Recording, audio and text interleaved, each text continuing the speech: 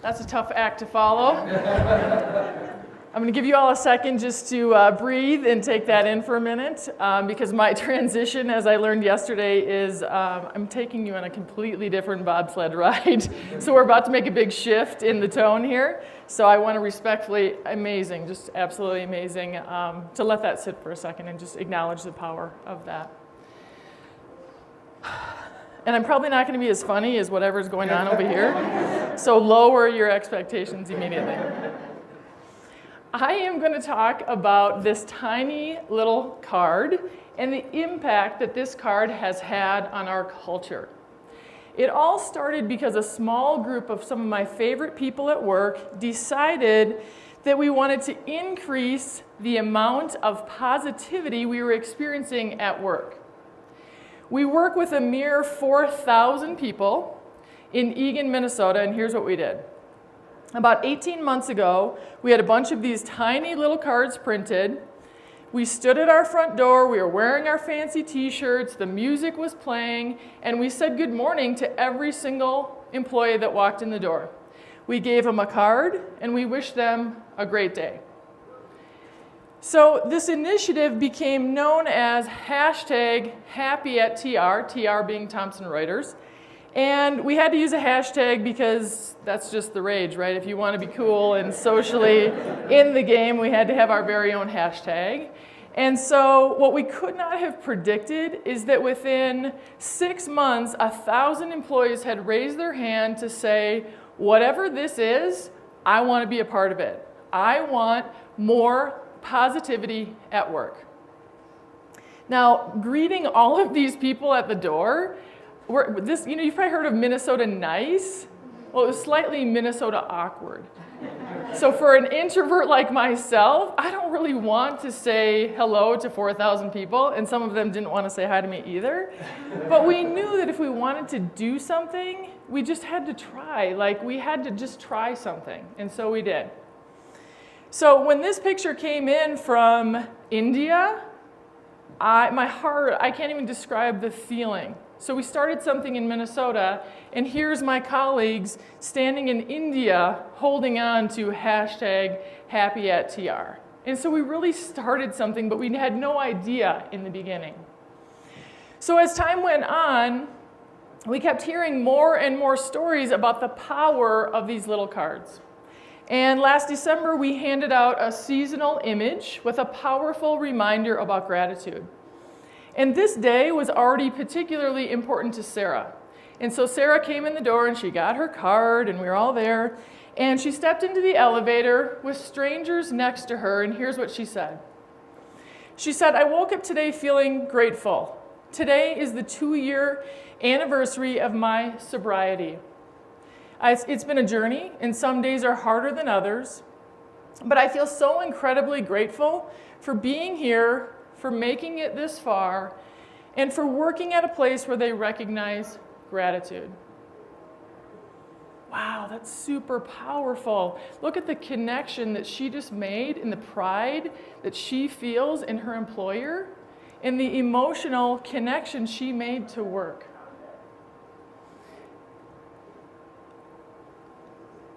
I don't know how many of you know the business that we're in at Thomson Reuters, but we serve attorneys and tax professionals and journalists. This is serious business. So now here's me and my happy friends, like standing at the door with these people. I'm married to an attorney. They're not that fun. Don't tell them I said that. Do not tell them I said that. But here's what matters, is that you're going to spend 30% of your entire life at work. Why wouldn't you want to be using the word happy and work in the same sentence? And that's what we wanted to do. We just wanted to raise the game. We wanted to bring more happiness to work. And the research is there to support us. Employees who are in a positive mindset, not only are they increasing their own personal health and well-being, but we have business impact, and everywhere you go, there's a business impact in our results. So we know that positivity and a positive mindset matters. Here's one example that came in from Ken in customer service, and here's what he said. He said, I'm in customer service and no one calls me because everything's going well. This can create an unusual amount of negativity around my job, and so I like to have reminders about the bright side of life. These cards remind me that if I think I'm going to have a good day or a bad day, I'm right. So the only reason that we were able to even think of starting something like Happy at TR is because 5 years ago, Thomson Reuters declared culture a priority. We have been working on culture shaping for 5 years, and that provided the base and set up the system that has allowed us to bring something like Happy at TR to life. So I want you to take, so what I'm going to talk to you about today is the formula that we used for shaping culture so that you can try some of these things too. I've showed you this collage 3 times now. I'm going to show it to you now for real. Here it is for real. I want you to take a look at this collage. What do you notice? Just see if you can find a few things that stick out for you. Some of you, maybe you went right to the food items because you're already feeling hungry. So whatever you focused on in this collage, you focused on the things that mean the most for you. And it's unique to you, and the person next to you focused on something different. So each of us have our own focus, those things that are important to each of us. And so sometimes life can feel like this collage. When you wake up every single day, this is what life feels like. There's kids things, there's work things. We are surrounded by so much complexity that sometimes life can feel overwhelming. So when you think of culture shaping, sometimes it can feel like this because work is really crazy. So in order to start any sort of culture shaping journey, you have to establish the base. What is the foundation? What are we about? And so if I instead said to you, this whole entire room, I want you to focus on everything that's yellow. Would we have been more aligned together if I'd have said yellow? So at Thomson Reuters, here's our yellow. We do trust in partnership, innovation, and performance. These are our core values. For you and your company, you have your own values. This is our base, this is our foundation, and this is our starting point to create a culture where our employees could thrive and they could know how to show up against these values. So the first element of our culture shaping journey was all about that core, setting the core, getting those core values in place. Uh-oh, do we got to be somewhere? Okay, you might have to step out. So our values are there as that base. So now that we have the values, though, we have to figure out how we're going to show up and really live these values. How are we going to talk about them? How are we going to behave? So at Thomson Reuters, we have a common language that we use, and it allows us to talk about our core values. So one of those elements that we talk about at Thomson Reuters, and I'm going to bring feelings in again. We're talking about feelings at work. In case you're uncomfortable, I'm going to make you even more uncomfortable.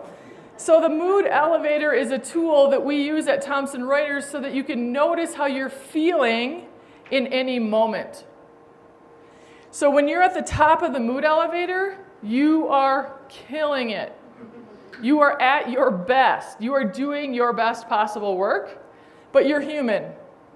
And there are some days when we drop down on this mood elevator and we are off our game and we are not at our best.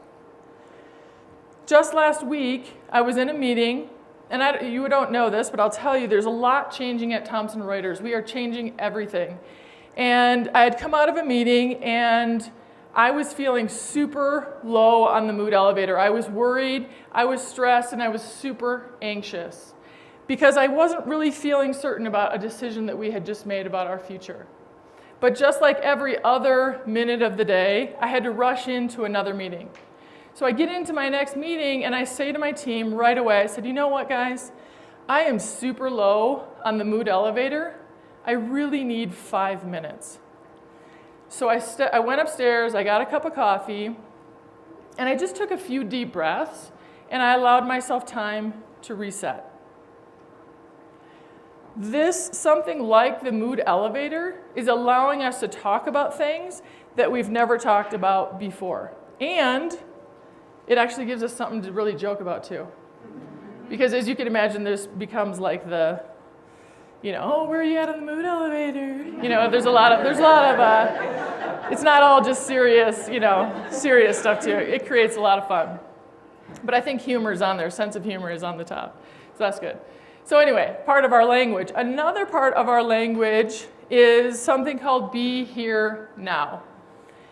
This concept is all about our ability to be in the moment with the person we're with, without the distraction of a phone or a computer, to be fully present with our people. Super powerful concept, but really hard to do. And culturally, we've been talking about be here now. We have little plaques at our desks that remind us, but hard to do. One of my favorite stories came from, we do a 2-day culture shaping workshop. And at the end of the first day, we give our participants homework. And the homework is to go home and spend 10 minutes of be here now time with a friend or loved one. But now what we're not saying is to go home, announce to your house that I have to sit with you for 10 minutes, we have to turn off the TV, and we have to put our phones away and stare at each other. That would not be part of the homework. So on this particular day, Joe came back from his, he had tried his little Be Here Now experiment. And he came back the next day, and here's what he shared with the room. He said, when I get home at night, I feel super distracted by work. I'm physically home, but my mind is still at work. And so last night, I tried something different. When it was time to put the boys to bed, I put away my phone, I put away my computer, and I crawled into bed with them. And we read stories over and over again. And I looked at their faces, and I saw their smiles, and I was truly in that moment with them for the very first time. Myself and the people sitting in that room, I'll never forget that. That was so powerful. And so what he demonstrated to us in that moment is what it looks like to be real and authentic and vulnerable at work. His story and his authentic ability to share that with us changed all of us and allowed us to connect and talk in a new way. There's a recent Google study that shows that being real and authentic and vulnerable at work actually exponentially changes the effectiveness of teams. So we know that this language is helping us get to some of these new places. So we talked about values, and now we've added to it this common language, which has allowed us to talk about ways and talk in ways that we haven't been able to before. And that's how you create a culture that is rooted in intent. We have decided that this is the culture that we want to have. So I've talked about Sarah in the elevator with her card. And then I talked about Joe and his Be Here Now story. But there's another person I want to talk about, and her name is Barb. So we hired a new manager named Mary. And Mary was doing a great job of getting herself acclimated into her new working environment. She was meeting with teams and key stakeholders. She was learning the processes. And as she was going, she was seeing opportunities for improvement. So she went back to the team, and she had all these great ideas and was bringing those to the team. And she kept hearing about Barb. Let's see, I think I have a picture of Barb. Here's Barb. So they kept saying, well, Barb likes the report to go out on Tuesdays because that's the day that the stakeholders like it, and Barb lays out the report X, Y, Z, and Barb this, Barb that. So finally, Mary said to the team, I think it makes sense. I'd love to meet Barb. She sounds amazing, and it sounds like she's really influenced the way we work and the way we get things done. And the team kind of paused and looked back at her, and Barb hasn't worked here for 5 years.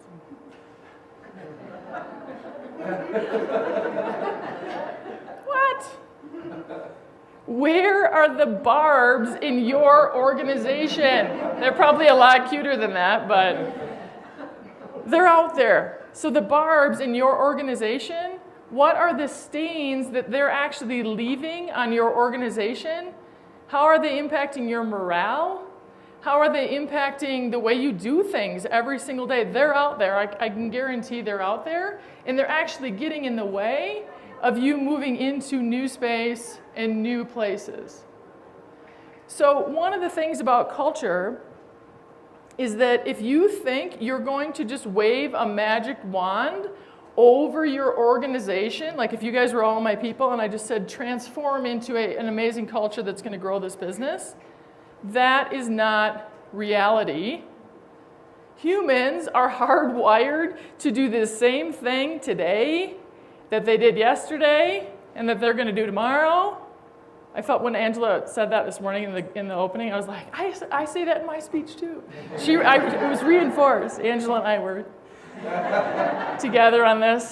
So humans are hardwired, right? They're habitual. They do the same thing over and over again. So if we're going to bust through, we have to break down these barriers and these old ways of thinking to get into a new place. What's the definition of insanity? Keep doing the same thing over and over again? That's insane, right? You've heard it? So it's the same organizationally. You keep doing the same things and you keep getting the same results. So you're going to have to get uncomfortable. And this whole uncomfortable piece, I forgot to say this earlier, but whenever you're trying to make a change and do something different, like standing at the door saying hi to a bunch of people who don't want to be said hi to, you end up unearthing fear, right? It's scary. People don't like to change. They want to just have their comfortable little space. And actually, we had the vice president of communications call me and say, I don't know about this happy at TR thing. What if they use hashtag unhappy at TR? I don't know. So it's scary. It's all very scary. So when you think of culture, you take your values and you add to it your common language, which is our ability to talk and to connect. And that gives you your intentional culture.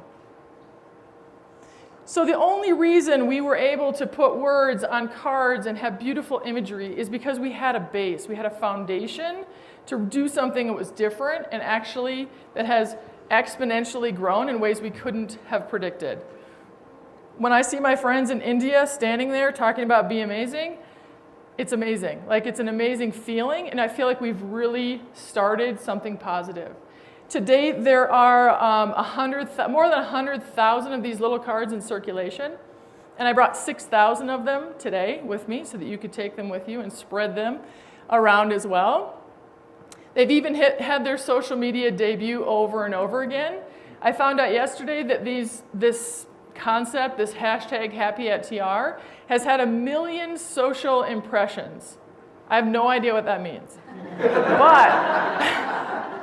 But I'm just going to own that. I'm just going to feel good about it because it sounds big, right? I'm going with it. It's big time. So social media has really taken a part of it too. So if you think of our employees, our future employees, the people that we want to come into our culture, our communities, we do back to school things with our kids where we give them cards. So these cards are great for the kids as well. So we're all in, and we're just trying to start something and make things a little bit more positive in the world. So when you think about your own space and where you are and what you are able to do, think about just something small. Like, what is one thing that you could do to create a ripple effect? You may not even know what's going to happen. We had no idea what was going to come of all this, but we couldn't be more proud of the work. So think about your own ripple effect. Where can you start something that is going to make a difference to your business and to your results? You have that same spark, that little spark that my people and I had. You've got it too. You just have to find it and get it out there and see what will happen as a result of it. So there's one more concept I want to leave you with because my timer's at 0. I got to go. And that is the idea of appreciation. This is another word that we've added to our common language, and O.C. Tanner has done an amazing job of helping us get this language fully integrated into Thomson Reuters. But I just want to extend my appreciation for you guys showing up here today, for my co-speakers and just the opportunity to stand up here. I'm incredibly passionate about this and everything that we're doing, and so to be able to share it is a true blessing for me, so thank you for that.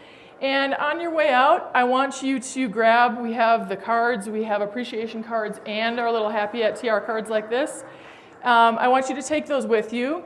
And I want you to think about extending appreciation to whoever made it possible for you to be not only here this week, but also just in general, the people that make your life and make you possible.